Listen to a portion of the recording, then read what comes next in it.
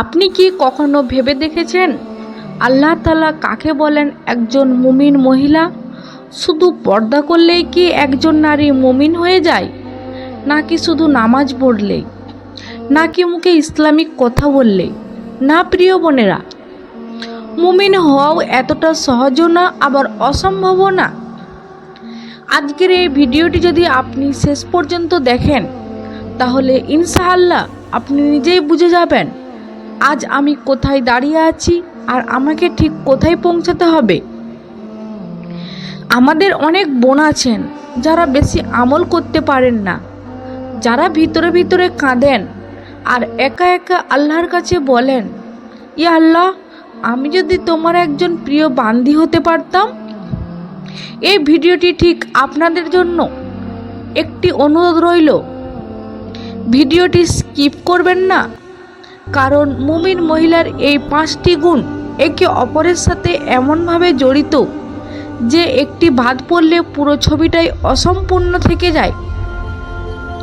প্রিয় ইসলামিক বোনেরা, আসসালামু আলাইকুম রহমতুল্লাহি বারাকাতুহু। আজ আমরা এমন একটি বিষয় নিয়ে কথা বলবো যা শুধু শোনার জন্য নয়, নিজের জীবন বদলে নেওয়ার জন্য। একজন নারী যখন মুমিন হয় তখন সে শুধু নিজেকেই বদলায় না, সে বদলে দেয় একটি পরিবার, একটি প্রজন্ম, এমন একটি সমাজও। মুমিন নারী হওয়া মানে নিখুঁত হওয়া নয়, বরং আল্লাহর দিকে বারবার ফিরে যাওয়ার নামই হলো মুমিন নারী হওয়া। আজকের এই ভিডিওতে আমরা জানব মুমিন নারী হতে গেলে কোন 5টি গুণ নিজের ভিতরে গড়ে তুলতে হয়, যেগুলো কঠিন নয়, কিন্তু নিয়মিত চর্চা করলে একজন সাধারণ নারীও আল্লাহর প্রিয় বান্দি হয়ে উঠতে পারে। তো চলুন ভিডিওটি শুরু করা যাক। নাম্বার 1, মুমিন নারীর প্রথম ও সবচেয়ে বড় গুণ হলো আল্লাহর ওপর সম্পূর্ণ বিশ্বাস রাখা। জীবনে কষ্ট আসবেই, অভাব আসবেই, মানুষ কষ্ট দেবে, আপনজন একদিন দূরে সরে যাবে, কিন্তু মুমিন নারী জানেন, আমার রব আছে, তিনি আমার জন্য যথেষ্ট।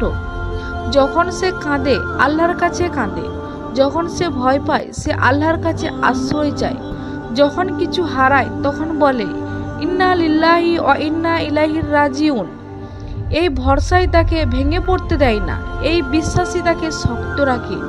যে নারী আল্লাহকে বিশ্বাস করে সে কখনো একা থাকে না। নাম্বার 2, নামাজ ও ইবাদতের প্রতি ভালোবাসা।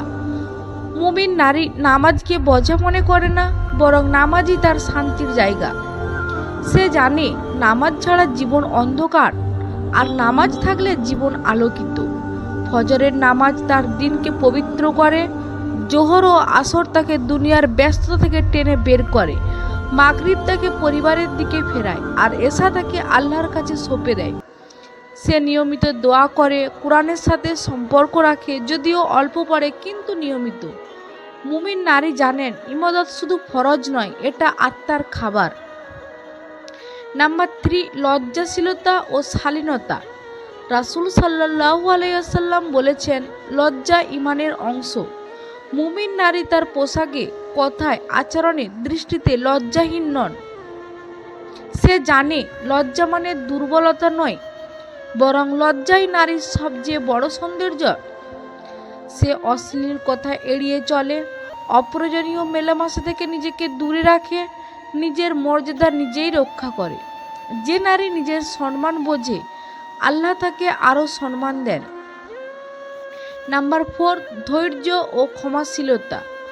মুমিন নারীর জন্য ফুলে ভরা নয়, কাঁটাও থাকে জীবনে। তাকে অনেক সময় না বলা কষ্ট সহ্য করতে হয়, অন্যায় সহ্য করতে হয়, অশ্রু গোপন করতে হয়, কিন্তু সে ধৈর্য ধরে, কারণ সে জানে আল্লাহ ধৈর্যশীলদের ভালোবাসেন। সে প্রতিশোধে যায় না, ক্ষমা করে দেয়, কারণ সে আখিরাতের প্রতিদান চায়। ধৈর্যশীল নারী কখনো হারে না, সে হয় দুনিয়াতে যেতে, নয়তো আখিরাতে। নাম্বার 5, পরিবার ও সমাজের প্রতি দায়িত্ববোধ। মুমিন নারী নিজের পরিবারকে জান্নাতের পথে নিতে চায়। সে একজন ভালো মা হতে চায়, একজন শান্ত স্বভাবের স্ত্রী হতে চায়, একজন দায়িত্বশীল কন্যা হতে চায়। সে চায় তার চার সন্তান যেন আল্লাহকে চেনে, তার ঘর যেন দোয়া ও ভালোবাসায় ভরা থাকে, সমাজও সে ভালো কথা বলে, ভালো কাজের দাওয়াত দেয়, অশান্তি ছড়ায় না, শান্তি ছড়ায়। মুমিন নারী শুধু নিজে ভালো হন না, তিনি অন্যদেরও ভালো হওয়ার পথে নিয়ে যান। মুমিন নারী হওয়ার কোনো একদিনের কাজ নয়, এটা সারা জীবনের চেষ্টা। ভুল হবে কিন্তু ফিরে আসতে হবে, পড়ে যাব কিন্তু আল্লাহর হাত ধরেই উঠতে হবে। তো আজকের ভিডিওটি এই পর্যন্ত। ভিডিওটি ভালো থাকলে শেয়ার করে দিবেন।